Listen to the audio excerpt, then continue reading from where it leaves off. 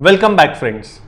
Let's continue with the spree of valuing goodwill using various methods. What we have seen in the earlier classes are valuation of goodwill using average profit method. Today, we'll be discussing super profit method. Now, what exactly is a super profit method?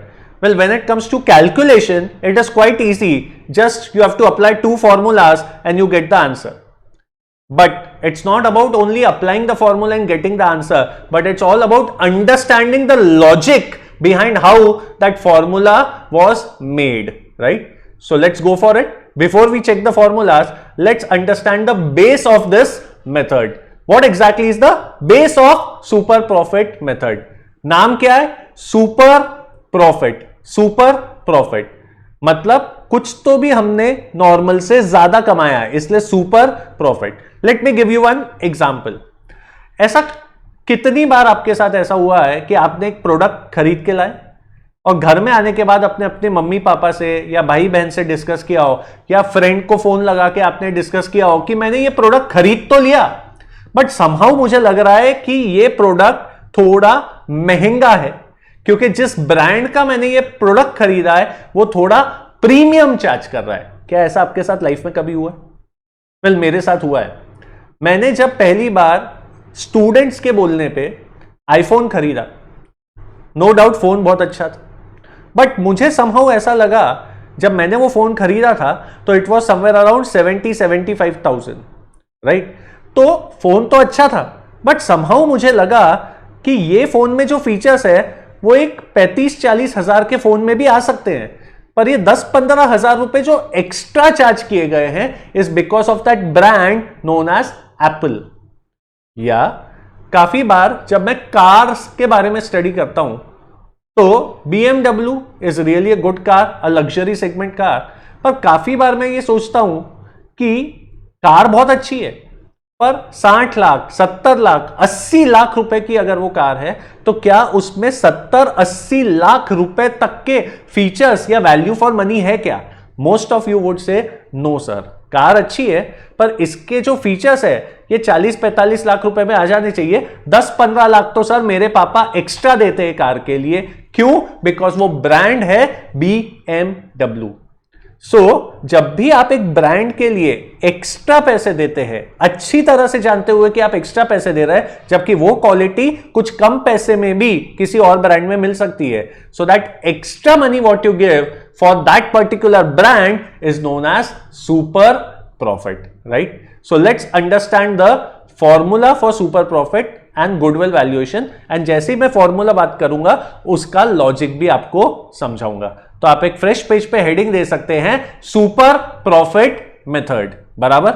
Now let's understand the formula. There are only 2 steps to calculate goodwill, and what are those 2 step? It comes on your screen. Well, step number 1 is calculation of super profit. Calculation of super profit. पहले formula देख लेते हैं, फिर मैं उसका logic समझाऊंगा आपको. Super profit is equal to average profit. Needless to say, whenever we are using the word average profit and whenever we are valuing goodwill, जैसे हमने एवरेज प्रॉफिट मेथड में देखा था, गुडविल कैलकुलेट करते वक्त पास्ट ईयर के average profits लिए जाते हैं बेटा, पर पास्ट ईयर के कौन से एवरेज प्रॉफिट्स लिए जाते हैं? Average normal profit. तो वो मेथड 1 हो, मेथड 2 हो या मेथड 3 हो, that is average profit method हो, सुपर प्रॉफिट मेथड हो या कैपिटलाइजेशन मेथड हो, हमेशा जब भी हम प्रॉफिट्स की बात करेंगे it will always be the normal profits of the past adjusted to the future incremental income और expense known as future maintainable profits. I hope it's okay. लिखने के लिए हम एवरेज प्रॉफिट लिखते हैं, but it is obviously average normal profits adjusted with the future incremental income और expense, commonly known as FMP, future maintainable profit. तो समझने के लिए हमने लिखा है एवरेज प्रॉफिट. तो what is super profit? The formula is average profit minus whole bracket, board पे देखिए, whole bracket capital employed multiplied by NRR. NRR. Now what does NRR stand for? Well, NRR stands for normal rate of return.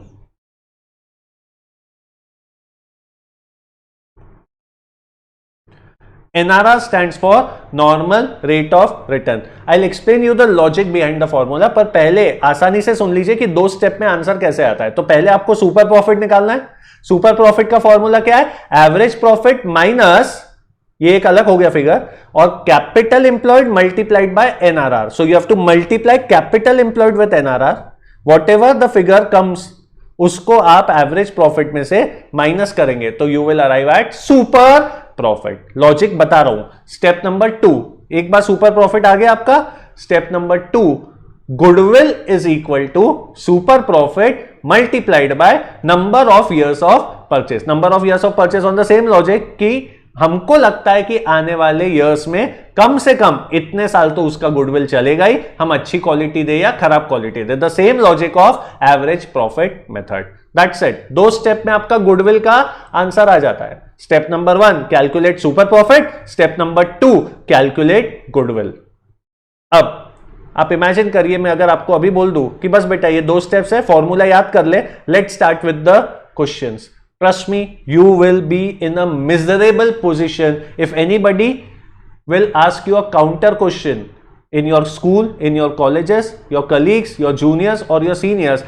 अगर किसी ने वो पूछ लिया कि ऐसा क्यों होता है, the logical part, you will say मैंने तो फॉर्मूला याद कर लिया. That should not happen with my students. Therefore, let's understand the logic behind it. तो स्टेप नंबर 1 और स्टेप नंबर 2 स्क्रीन पॉज करके पहले आप लिख लीजिए. सबसे पहले आपने क्या लिखा? Super profit method. ये आपने हेडिंग दे दी. इसके बाद step number 1 and step number 2, ये भी आप बोर्ड से कॉपी कर लीजिए. And NRR stands for normal rate of return. Screen pause करके शायद से आपने लिख लिया होगा अब तक. Now What do you mean by capital employed? इसका भी फॉर्मूला है बेटा, पहले एक बार सिर्फ लिख लो, फिर मैं पूरा लॉजिक आपको समझाता हूं. वेल, कैपिटल एम्प्लॉयड निकालने के 2 तरीके, depending upon question to question. Option number 1, capital employed is equal to MV. MV stands for market value. Market value of all assets excluding fictitious assets. What do you mean by fictitious assets? आपको समझाया था. fictitious assets is nothing but deferred revenue expenditure. deferred revenue expenditure. बराबर. Like advertisement expense not written off. When we do questions, you will get it. So market value of all asset excluding fictitious asset. अच्छा, दूसरा तरीका देखिए, आपने fictitious asset को include भी कर लिया, तो fictitious asset की market value is always 0. Market value is always 0. Advertisement, आप एडवर्टीजमेंट पे ऑलरेडी खर्चा कर चुके हो, अब उसको मार्केट में बेचने जाओगे 2 साल बाद तो कोई वैल्यू मिलने वाली नहीं है. It's a deferred revenue expenditure. तो basically the formula is market value of all asset. Give me some time, I will explain you. Market value of all asset excluding fictitious asset minus market value of outside liabilities. This is your formula number 1. There is also another way to calculate capital employed. Balance and partners' capital account. Partners का capital क्या होता है आपको याद है? First lecture में आपको समझाया था. पार्टनर्स जो रिसोर्सेस पूल इन करते हैं उसे कैपिटल कहते हैं. तो पार्टनर्स का कैपिटल अकाउंट का बैलेंस प्लस करंट अकाउंट का बैलेंस. वेल, करंट अकाउंट क्या होता है? ये भी पार्टनर का ही अकाउंट होता है. आज से 4 लेक्चर बाद हम ये कंसेप्ट सीखने वाले हैं, capital account and current account. As of now आप इसको मान के चलिए पार्टनर का capital number 1 and capital number 2 as of now. तो capital also belongs to partner, current account also belongs to partner. तो balance and partners' capital account plus current account plus balance of all reserves minus all fictitious assets. तो there are 2 ways to calculate capital employed. तो ये भी आप लिख लीजिए, capital employed option number 1 and option number 2. मतलब ये आपका एक जगह आपने पूरा लिख लिया. Super profit method theoretically is over. Step 1 निकाला, स्टेप 2 निकाला. स्टेप 1 है super profit, step 2 is goodwill. बराबर. कैपिटल एम्प्लॉयड के फॉर्मूले या तो ऑप्शन नंबर 1 या option number 2. Obviously both the options will give the same capital employed and the method is over. Should we start with questions? Obviously your answer will be no sir. हमें फॉर्मूले का logic समझाइए. So let's go for the logic. I think आपने पूरा लिख लिया है. अब हम लॉजिक समझते हैं by way of a small case study. ये आपको लिखना नहीं है, आप सिर्फ आप केस स्टडी सुनिए और enjoy the logics, right? So let's understand the concept. Sir मान के चलते हैं दैट एक पार्टनरशिप फर्म का average profit for last 3-4 years 5 years the average profit of a partnership firm is से ₹5 lakhs। ये एक पार्टनरशिप फर्म का एवरेज प्रॉफिट है पिछले कुछ साल में, एक्चुअल एवरेज प्रॉफिट से, बराबर। Now the NRR, what is NRR? Normal rate of return. The NRR given is 10%। Now first of all let me explain you what is NRR, normal rate of return. देखिए कोई भी industry हो उसका एक particular rate of return होता है। Rate of return is nothing but a profit generation, right. Her industry की एक मार्जिन होती है। जैसे आपके पापा का भी कुछ बिजनेस होगा, आप उनसे पूछोगे कि अपने बिजनेस में कितने % की मार्जिन है, तो हर इंडस्ट्री की कुछ एक स्पेसिफिक % की मार्जिन होती है जो एक नॉर्मल इंसान उस इंडस्ट्री में आके कमाता है, उसे कहते हैं normal rate of return. For example अगर हम कपड़े के बिजनेस की बात करें तो उसमें मार्जिन 30 से 40% रहती है। हम अगर केटरिंग इंडस्ट्री की बात करें तो उसमें मार्जिन 60-70% की रहती है। अगर हम स्टील बिजनेस की बात करें तो मार्जिन 3-4% की हो सकती है। Well I am not a expert in this industry but just to take a example. या आप अगर टीचिंग की बात करें, like I am doing teaching, the normal rate of return you all know it's negative, right. It's more of a public service, not for profit making organisation. तो हर industry का अपना एक रेट ऑफ रिटर्न होता है, उसे कहते हैं नॉर्मल रेट ऑफ रिटर्न। इसका क्या काम आएगा हम अभी देखते हैं। उसके अलावा कैपिटल एम्प्लॉयड, नाम क्या है? कैपिटल एम्प्लॉयड, मतलब बिजनेस में हमारे कितने पैसे लगे हैं। Capital employed in the business, तो हमारे बिजनेस में कितने पैसे लगे हैं। सपोज हमारे बिजनेस में लगे हैं 35 lakhs, राइट। अब एक केस स्टडी हम देख रहे हैं, तो लेट्स अंडरस्टैंड जो हमारा फॉर्मूला नंबर 1 था, super profit. Our formula for super profit was, ये लिखना नहीं है आपको, average profit minus capital employed into NRR। मैं शॉर्ट फॉर्म यूज कर रहा हूं क्योंकि आपको एक केस स्टडी समझा रहा हूं। तो ये मेरा सुपर प्रॉफिट का फॉर्मूला था, that is average profit minus capital employed into NRR। ये आपकी केस स्टडी हो गई, right. Now super profit is average profit minus capital employed into NRR। पहले फिगर्स फिल इन कर लेते हैं। एवरेज प्रॉफिट कितना था हमारा एवरेज प्रॉफिट था 5 lakh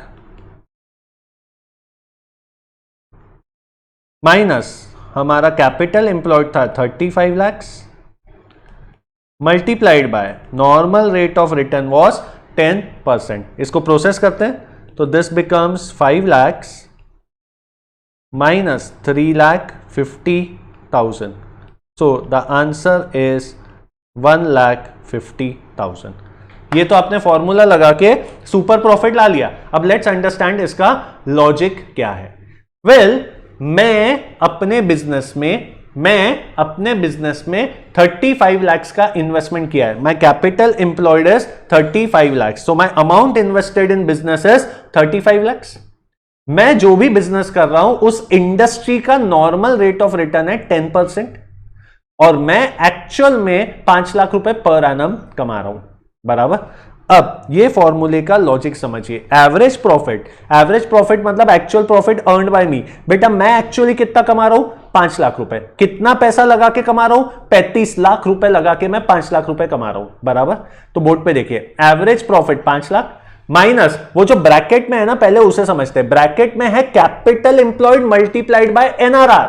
capital employed multiplied by NRR। मैंने कैपिटल कितना लगाया बिजनेस में? 35 lakhs multiplied by normal rate of return 10%। 35 lakhs multiplied by normal rate of return जो 10% आया वो आया 3.5 लाख। इसका इंटरप्रिटेशन क्या है?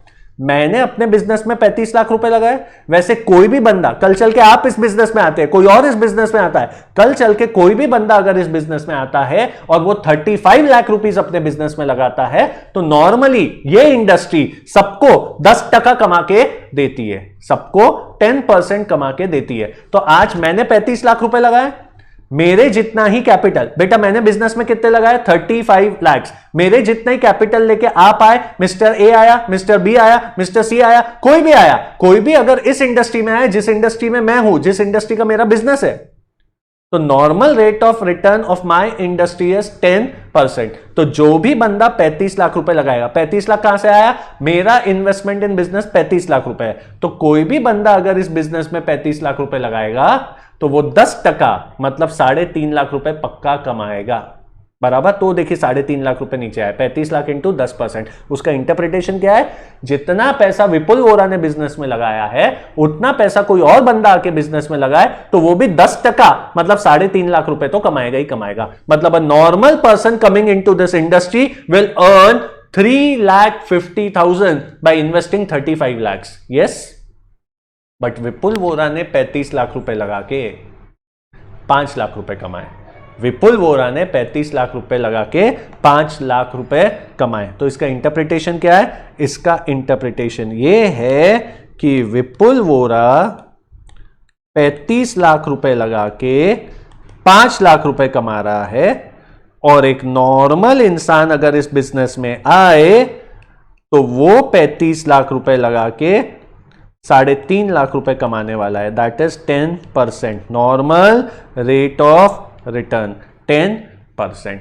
तो 35 लाख को क्यों कंपेयर किया, क्योंकि मैंने 35 लाख लगाया। Apple will be compared with Apple, chikoo will be compared with chikoo, Apple can not be compared with chikoo. तो मेरा बिजनेस में पैसा कितना इन्वेस्टेड है 35 लाख। बोर्ड पे देखिए 35 लाख लगा के मैं कमा रहा हूं 5 लाख। वीवी स्टैंड्स फॉर विपुल वोरा। विपुल वोरा 35 लाख रुपए लगा के 5 लाख कमा रहा है, और कोई ऑर्डिनरी बंदा अगर इस बिजनेस में आ जाए तो वो 35 लाख रुपए लगा के 10% normal rate of return 3.5 lakh रुपए कमाएगा।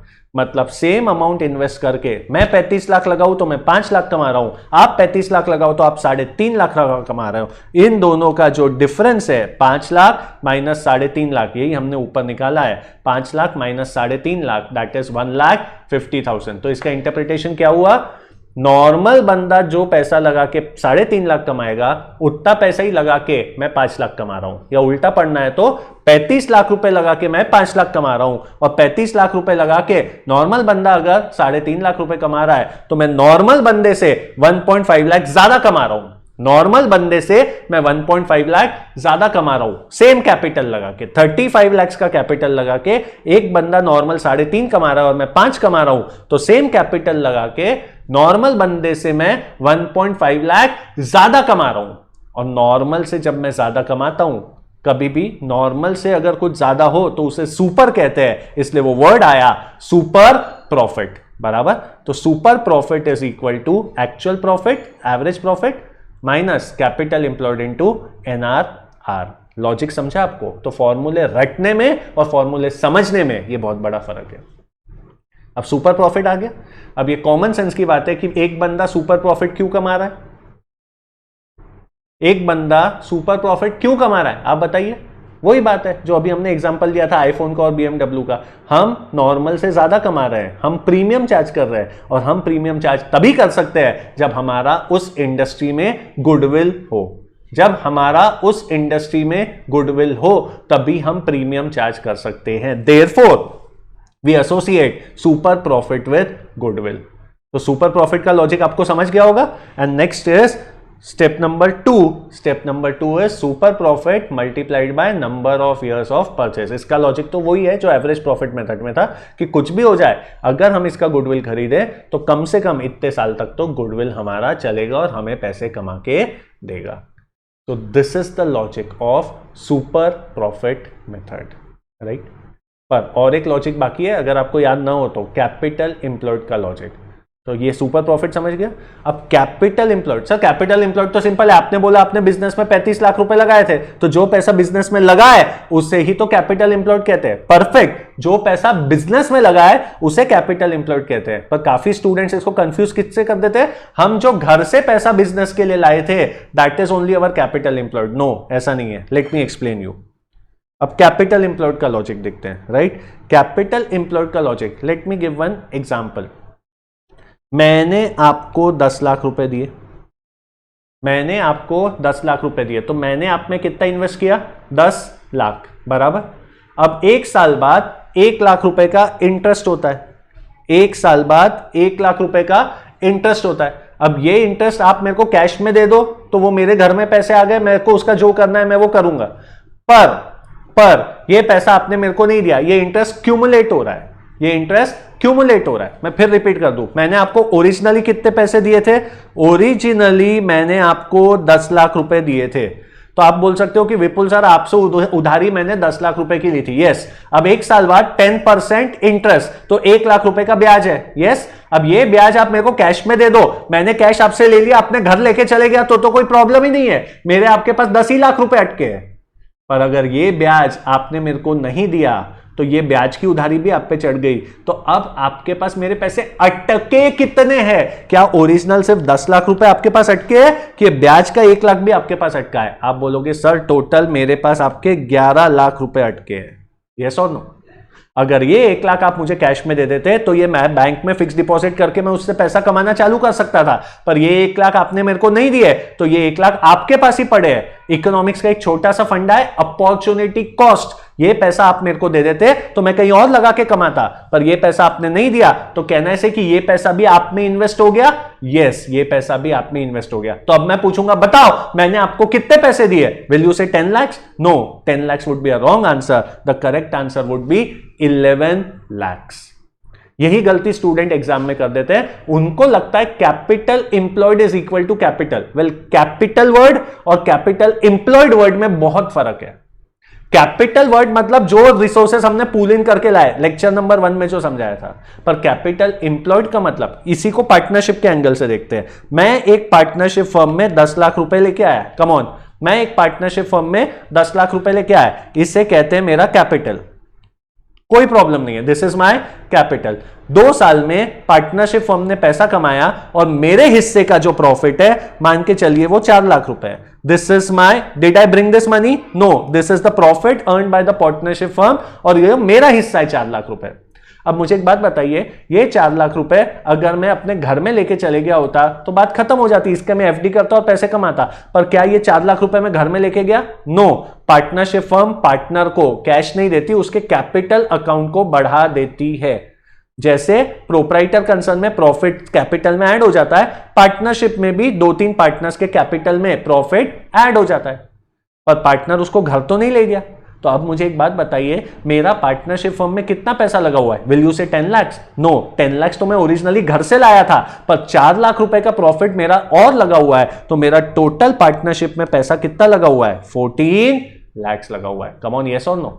तो this is known as capital employed. Is there a difference between capital? ये देखो, दिस इज कैपिटल जो मैं ओरिजिनली पैसा लाया था, and this is my capital employed, मतलब capital plus profit is capital employed. तो there is a difference between capital and capital employed.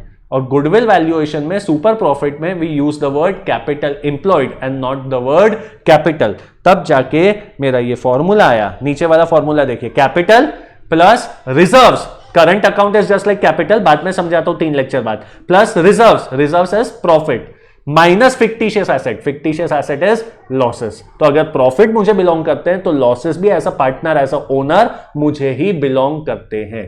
तो capital employed does not mean only capital, it means capital plus my profits in the firm minus my losses in the firm. Therefore ये फॉर्मूले का derivation आया capital plus current plus reserve minus fictitious asset. फर्क समझ रहा है? रटने में और समझने में कितना फर्क है, राइट? तो this is the formula. But काफी बार एग्जाम में क्या होता है, capital account, current account, reserve कुछ ना कुछ मिसिंग होता है, तो इसी को करने का दूसरा तरीका है ऊपर वाला formula, assets minus outside liability. ये कोई रॉकेट साइंस नहीं है, हम एक बार एक बैलेंस शीट देखेंगे तो आपको इजीली समझ में आ जाएगा कि सर ये फॉर्मूला आपने कहां से डिराइव किया। Now check this balance sheet, what will balance sheet consist of? अगर एक पार्टनरशिप फर्म की बैलेंस शीट है तो what will it consist of? It will consist of capital, come on, जो उसका ओरिजिनल पैसा है, प्लस इसमें प्रॉफिट वगैरह ऐड होता है जिसे हम रिजर्व्स कहते हैं। अरे हाँ, यस, इसके अलावा कुछ बाहर वालों से लोन लिया है तो लोन रहता है, क्रेडिटर्स रहते हैं, इधर एसेट में कुछ फिक्स्ड एसेट्स रहेंगे like land, building, plant, machine, कुछ इन्वेस्टमेंट्स रहेंगे, कुछ करंट एसेट्स रहेंगे like debtor, stock, cash balances, और फिक्टिशियस एसेट मतलब deferred revenue expenditure not return of, advertisement not return of. ये 11th स्टैंडर्ड के फाइनल अकाउंट्स में बहुत बार आप लोग देख चुके हैं, या majorly final accounts of sole proprietor में आप इजीली देख चुके हैं। Deferred revenue expenditure, deferred revenue expenditure का मतलब होता है खर्चा आपने कर लिया, पैसे आपने दे दिए, पर आप उसको 2-3 साल कैरी फॉरवर्ड कर रहे हो क्योंकि आपको लगता है कि उसका बेनिफिट 2-3 साल चलेगा। आपके घर की पेंटिंग, आप अपने घर में पेंटिंग करवाते हो, बराबर, वो 4-5 साल चलती है, हाँ या ना? चलती है। तो based on matching principal concept, suppose आपके पापा ने 5 लाख रुपए खर्च किए, आपके पापा ने घर की पूरी पेंटिंग करवाई, राइट, उसमें 5 लाख रुपए खर्च किए, तो 5 लाख रुपए को तो पेंटर को पहले दिन ही दे दिए, राइट। पर ये पेंट अगर 5 साल चलने वाला है तो ये 5 लाख का खर्चा आप पूरा एक साथ पीएनएल में नहीं डालते, आप इसको 5 साल में बांटते हो, 1 लाख 1 लाख 1 लाख 1 लाख 1 लाख। तो जो पीएनएल में गया वो तो खत्म हो गया, जो पीएनएल में नहीं गया उसे कहते हैं नॉट रिटर्न ऑफ, और टेक्निकली इसे कहते हैं deferred revenue not expenditure not return of. तो इसकी मार्केट वैल्यू क्या है? 0 है। अरे आज अगर आप फर्म बंद कर दो, आज अगर आप फर्म बंद कर दो और आप इसको बेचने जाओ तो पपड़ी निकाल के कुछ पैसे मिलने वाले हैं क्या? कुछ पैसे आपको मिलने वाले नहीं हैं। आई होप इट्स फाइन, राइट। तो अगर ये हमारी बैलेंस शीट है तो हमारी बैलेंस शीट में क्या दिखता है? कैपिटल दिखता है प्लस रिजर्व्स या प्रॉफिट्स दिखते हैं, फिर outside liability like creditors and loan दिखते हैं, फिर इधर एसेट्स दिखते हैं like fixed assets, investments, debtors, cash, and इधर हो सकता है कि deferred revenue expenditure not return of दिखे, बराबर। एडवर्टीजमेंट भी सेम लॉजिक है। आपने अपने ऑफिस में सलमान खान को बुलाया, उसने आपकी एडवर्टीजमेंट की, वो पैसे लेके चले गया, उसने 2 करोड़ रुपए चार्ज किए। अब आपको लगता है कि इससे आपको 4 साल बेनिफिट मिलेगा, तो पूरा 2 करोड़ आप पीएनएल में डालते हो? नहीं, आप 50 लाख इस साल डालोगे और 1.5 करोड़ को कैरी फॉरवर्ड करोगे। ये वही कैरी फॉरवर्ड है, advertisement not return of. But इसकी मार्केट वैल्यू क्या है? कोई मार्केट वैल्यू नहीं है, क्योंकि इसको बेचने जाओगे, आप सलमान को नहीं बेच रहे हो, इसको बेचने जाओगे तो क्या पैसे मिलने वाले? कोई पैसे मिलने वाले नहीं है। घर की पेंटिंग निकाल के पपड़ी बेचोगे तो कोई पैसे मिलेंगे क्या? कोई पैसे मिलने वाले नहीं है। इससे कहते हैं फिक्टिशियस एसेट। लेक्चर 1 में भी समझाया था, इंटेंजिबल और फिक्टिशियस में फर्क है। ये फिक्टिशियस है, ये बिक नहीं सकता, इसकी मार्केट वैल्यू 0 है। फिक्टिशियस एसेट की मार्केट वैल्यू इज ऑलवेज 0। अब मैंने आपको क्या कहा, हमें कैपिटल एम्प्लॉयड कैसे निकालना था? ये बोर्ड पे देखिए, कैपिटल एम्प्लॉयड का फॉर्मूला क्या था? पार्टनर का कैपिटल प्लस प्रॉफिट भी पार्टनर का फर्म में ही लगा है, री इन्वेस्टेड माइनस लॉसेस, ये फॉर्मूला था आपका। पर ये चीज अगर आपको नहीं दियो तो can you write it the other way? Well, balance sheet में assets and liabilities are equal, yes और नो? यस। फॉर्मूला क्या है जिसको मैंने गोला मारा हुआ है? Capital plus reserve minus fictitious asset. अगर ये तीनों चीजें दी है तो बहुत अच्छी बात है, बट ये तीनों चीजें नहीं दी है तो बोर्ड पे देखिए, क्या मैं इसको लिख सकता हूं कि it can be this minus this? Yes और नो? यस और no? Capital plus reserve, board पे देखिए, टिक मार रहा हूं, capital plus reserve minus fictitious asset not return of. Can I write it like, इसको हटा दीजिए, अगर ये फिगर्स मुझे दिए हुए नहीं है तो क्या मैं उसको इस तरीके से लिख सकता हूं, assets minus outside liabilities? The answer is yes. Yes, कैसे? Let's understand using a figure.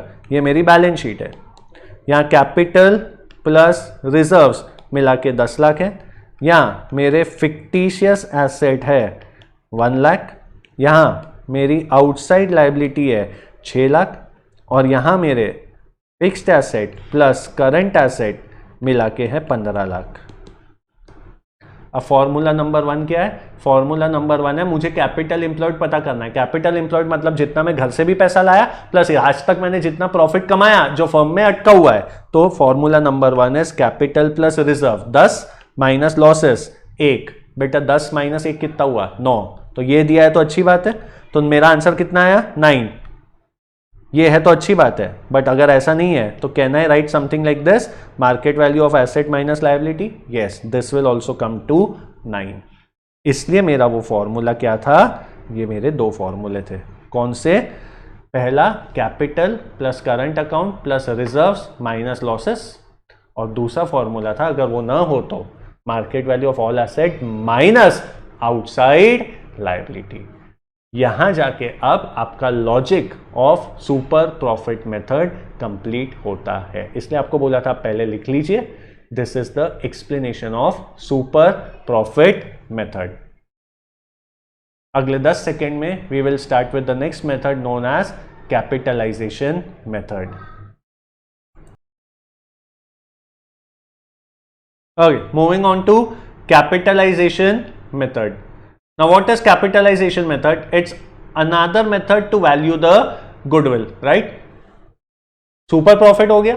Now when we talk of capitalization method, it is a direct formula to calculate the goodwill. So let's see the formula first and then again we'll see the logic behind the mathematical formula.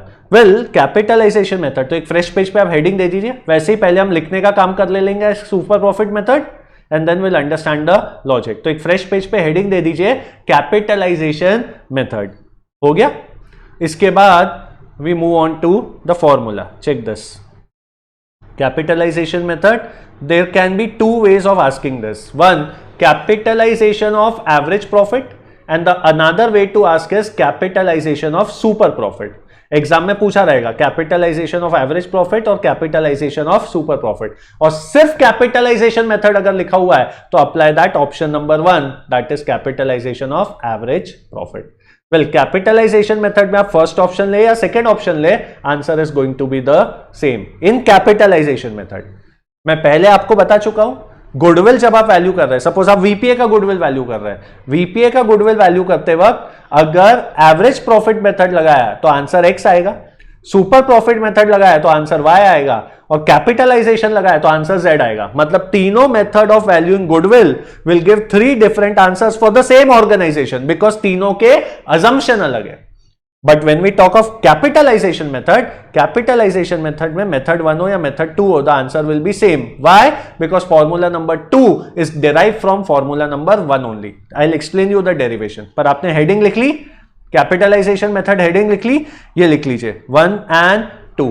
First one, capitalisation of average profit, what is the formula? सीधा goodwill आता है, या number of years of purchase वगैरह नहीं है, सीधा goodwill आता है। Average profit divided by NRR, देखिए डिवाइड से एवरेज प्रॉफिट हो रहा है, हाँ एनआरआर से। ये आंसर जो आ गया आपका, चेक दिस, जो बोर्ड पे देखिए इसको, it is average profit divided by NRR whole brackets minus capital employed. और दूसरा फॉर्मूला है capitalisation of super profit which is सीधा super profit upon NRR. Well, the best part in this method is NRR remains the same, normal rate of return जो हमने super profit method में दिखा था, it remains the same, and capital employed also remains the same। अभी हमने 2 फॉर्मूले देखे थे super profit method में, हमने 2 फॉर्मूले देखे थे दोस्तों, ये 2 फॉर्मूले ही है।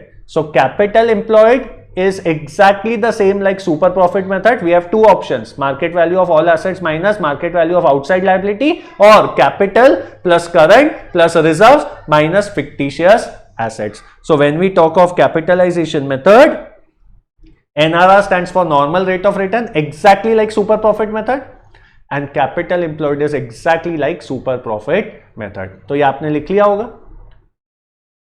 Would you like to listen the logic? या सिर्फ फॉर्मूला रटना है?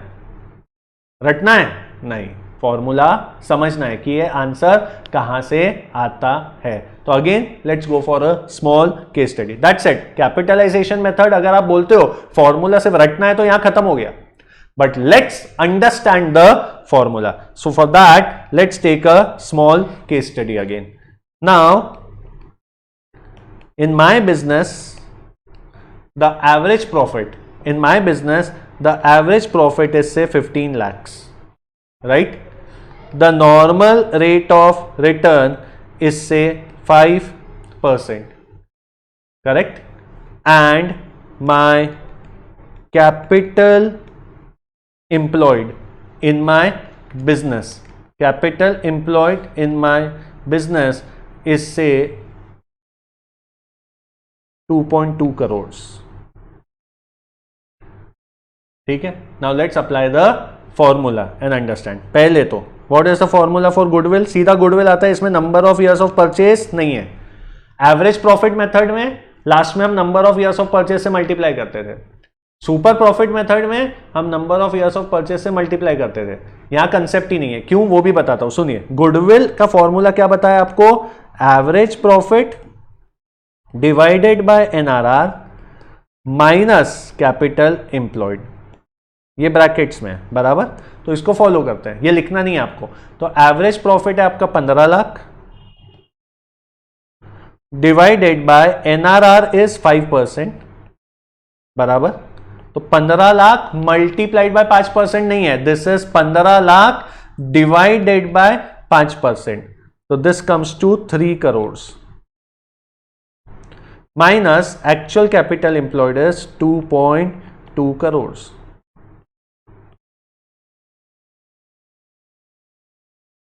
Right? So the answer comes to 80 lakhs. So my goodwill is 80 lakhs. Sir ये तो आसान था, 3 मार्क के लिए आएगा एग्जाम में, लिख देना, मार्क्स मिल जाएंगे, बट सेटिस्फैक्शन नहीं मिलेगा। तो let's understand the logic. Sir एक एग्जाम्पल लेते हैं। अगर आप अपने पापा को बोलते हो कि पापा मैंने कॉमर्स लिया है, मैं आपको बताता हूं कि आपको कहां इन्वेस्ट करना चाहिए, कौन से शेयर्स खरीदने चाहिए, रियल एस्टेट का क्या होना चाहिए, तो the first look that your father will give probably would be a question mark, right. दूसरा, आपके पापा क्या बोलते हैं, यार मैं जहां इन्वेस्ट कर रहा हूं ना, मैं बहुत खुश हूं। अब आप उनसे पूछोगे कि आप खुश कैसे हो, आप कितना % कमा रहे हो। सपोज पापा एकदम सेफ खेलते हैं और पापा बोलते हैं कि मैं 10% में खुश हूं, I am really happy with 10%, मतलब मैं जितना पैसा लगाऊंगा उसका 10% मुझे रिटर्न मिल जाए तो मेरे लिए बहुत है। ध्यान से सुनिए बेटा, अगर मैं जो भी पैसा लगाऊंगा उसका 10% मुझे रिटर्न मिल जाए तो मैं बहुत हैप्पी हूं, करेक्ट। नाउ अगर आप अपने डैड को बोलते हैं कि पापा विपुल सर की एक फर्म है जो 15 लाख रुपए कमाती है, वेल पापा का फंडा क्या है, जो भी पैसा मैं इन्वेस्ट करूं उसका 10% मेरी इनकम होनी चाहिए, ऐसा पापा का मानना है कि उनको 10% इनकम काफी है। तो पापा जो भी पैसा इन्वेस्ट करेंगे उसका 10% वो इनकम चाहेंगे, यस वो 10% इनकम चाहेंगे। अब विपुल सर की फर्म इनकम कितना कमा रही है, 15 लाख।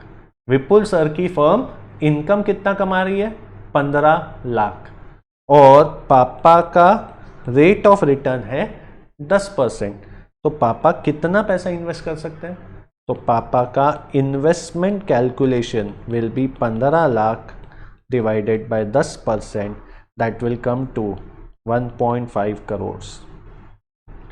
उल्टा कैलकुलेशन हो रहा है, यहां इनकम दी हुई है। मैं फिर बता दूं, आपके पापा का माइंडसेट क्या है, मैं जो भी पैसा लगाऊं मैं 10% कमाना चाहता हूं। तो मैथमेटिकली हम उसे कैसे रिप्रेजेंट करेंगे, मैथमेटिकली हम उसे रिप्रेजेंट करेंगे कि जो भी इन्वेस्टमेंट मैं करूं उसका 10% should be my income, yes. अब क्वेश्चन में इनकम ही दी है, प्रॉफिट दिया है, प्रॉफिट इज इनकम, तो income is 15 lakh, Vipul sir के बिजनेस की इनकम इज 15 लाख, और 10% पापा का एक्सपेक्टेड रेट ऑफ रिटर्न है। तो पापा कितने पैसे इन्वेस्ट करने के लिए तैयार हो जाएंगे, 1.5 करोड़। क्यों, क्योंकि पापा 1.5 करोड़ इन्वेस्ट करेंगे और पापा का रेट ऑफ रिटर्न है 10%, तो बराबर 15 लाख रुपए आता है, yes. So it's a reverse calculation. क्या किया था हमने क्या किया था, हमें इनकम दी थी। बेसिकली फॉर्मूला क्या है, investment multiplied by rate of return is income. Can I write something like this, income is equal to investment into the rate of return, normal rate of return, yes.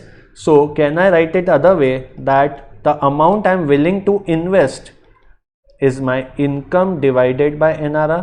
The answer would be yes. And अगर आपको goodwill का formula याद हो तो यही हमने base लिया है, income divided by NRR. Check your capitalisation method, you want to check it, capitalisation method, check it. पहला फॉर्मूला प्रॉफिट मतलब income divided by NRR, right. तो ये क्या होता है मैं फिर बताता हूँ, ये देखिए।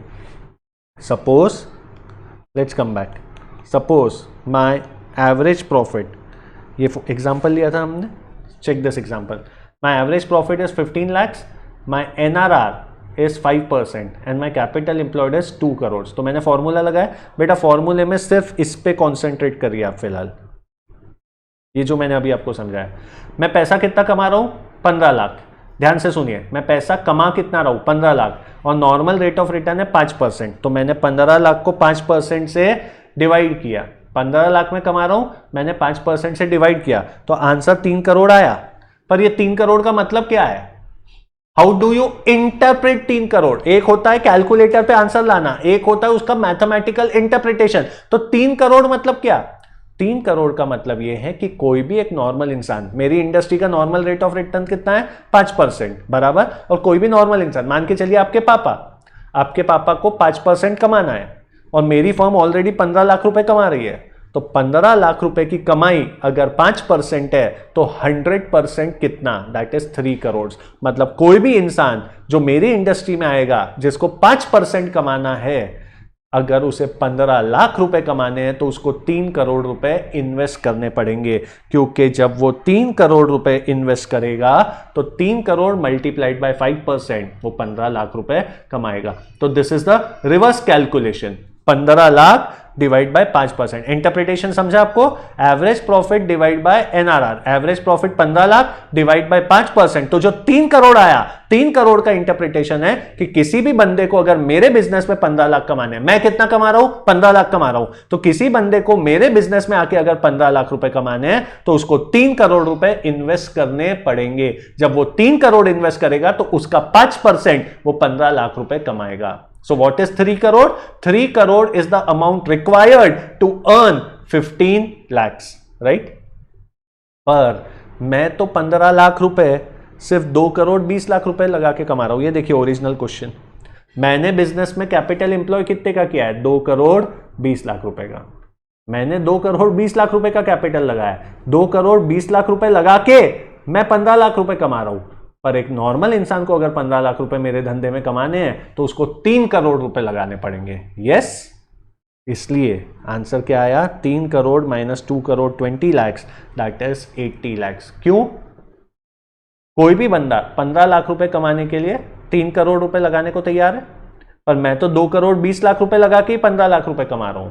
मतलब ये जो 80 लाख रुपए मैंने कम लगाए हैं नॉर्मल इंसान के कंपैरिजन में, लास्ट टाइम बोल रहा हूं, नॉर्मल इंसान will require 3 crore, but same profit मैं तो 2 करोड़ 20 लाख रुपए लगा के कमा रहा हूं। तो ये जो 80 लाख रुपए का डिफरेंस है, this is the value of goodwill. कोई भी इंसान अगर मेरा बिजनेस खरीदता है तो उसको 2.20 में मेरा बिजनेस मिल जाएगा, और वो 80 लाख रुपए एक्स्ट्रा देने तक के लिए तैयार है, क्योंकि अगर वो मेरा बिजनेस ना खरीदे तो उसको तो वैसे ही 3 करोड़ लगाने हैं। पर मेरा बिजनेस अगर वो 2.20 में खरीद ले तो जो 80 लाख रुपए का गैप है, उतना पैसा वो मेरे गुडविल के लिए कभी भी दे देगा, तब भी जाके वो नुकसान में नहीं है। क्यों? खुद लगाता तो 3 करोड़ लगाने थे, पर मेरा बिजनेस तो 2.20 में खरीद सकता है वो। तो 80 लाख रुपए का जो डिफरेंस है, he can easily give for my goodwill. Therefore, the formula for goodwill is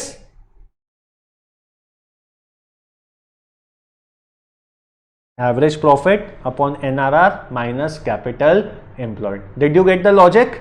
This is the logic. Exam में लॉजिक का काम नहीं है, पर सेल्फ कॉन्फिडेंस के लिए लॉजिक बहुत काम आता है। सर फिर ये दूसरा फॉर्मूला क्या है? वेल, दूसरा formula is just a derivation of first formula. You want to check that? Check this. What is my first formula? My first formula is average profit upon NRR minus capital employed. ये मेरा पहला formula था। Yes? अब मैं आपको बोलता हूं कि इसको क्या मैं ऐसे लिख सकता हूं? एवरेज प्रॉफिट अपॉन NRR, ये तो सेम ही है, माइनस कैपिटल एम्प्लॉयड। मैथ्स का एक बेसिक फंडा है कि you can divide and multiply with the same number, तो मल्टीप्लाइड बाय NRR अपॉन NRR। Can I do something like this? You will say yes, you can do this. Now denominator दोनों का same हो गया? Yes. तो can I write like this? It is equal to average profit minus capital employed into NRR, and denominator is same, NRR. कुछ देर पहले हमने super profit देखा था, न्यूमरेटर देखिए सुपर प्रॉफिट का ही फॉर्मूला आ गया, average profit minus capital employed into NRR, super profit upon NRR। तो it's not a rocket science, it's a derivation. First फॉर्मूले से ही सेकेंड फॉर्मूले का डेरिवेशन आता है। एक सेकेंड में वापस सीख लेते हैं। ओरिजिनल फॉर्मूला जो अभी डिटेल में एक्सप्लेन किया वो क्या था, average profit upon NRR minus capital employed. अब वो लेफ्ट साइड वाला average profit upon NRR same रहा, कैपिटल एम्प्लॉयड जो अलग से था उसको हमने divide and multiply by NRR कर दिया। That's allowed in mathematics, yes. अब देखिए दोनों का डिनोमिनेटर ऊपर देखिए NRR है, वो कॉमन हो गया, तो हमने न्यूमरेटर को कंबाइन कर लिया, तो average profit minus capital employed into NRR whole divided by NRR। अब जो न्यूमरेटर है वही तो हमारा सुपर प्रॉफिट का फॉर्मूला था, ये देखिए average profit minus capital employed into NRR, तो super profit divide by NRR। ऐसे हमारा वो डेरिवेशन हुआ सुपर प्रॉफिट अपॉन NRR। तो एग्जाम में capitalisation of super profit specifically पूछा है, तो सुपर प्रॉफिट निकाल के डिवाइड बाय NRR करेंगे, और सिर्फ कैपिटलाइजेशन मेथड लिखा है या कैपिटलाइजेशन ऑफ एवरेज प्रॉफिट लिखा है, दोनों केस में you will apply the formula number 1, right. And NRR is same as super profit and capital employed also is same as super profit method, right? So this was a detailed explanation of logics of super profit method and capitalization method. This is how classes should be conducted, and this is how students should also understand the logics behind it, right? So in the next class now we'll be doing 5 to 6 questions on super profit method and capitalisation method. जो PDF format में आपको question दिए हैं वो पूरे question मैं class में मतलब इधर करने वाला हूं। Is that okay? So have a great time. Enjoy the logics.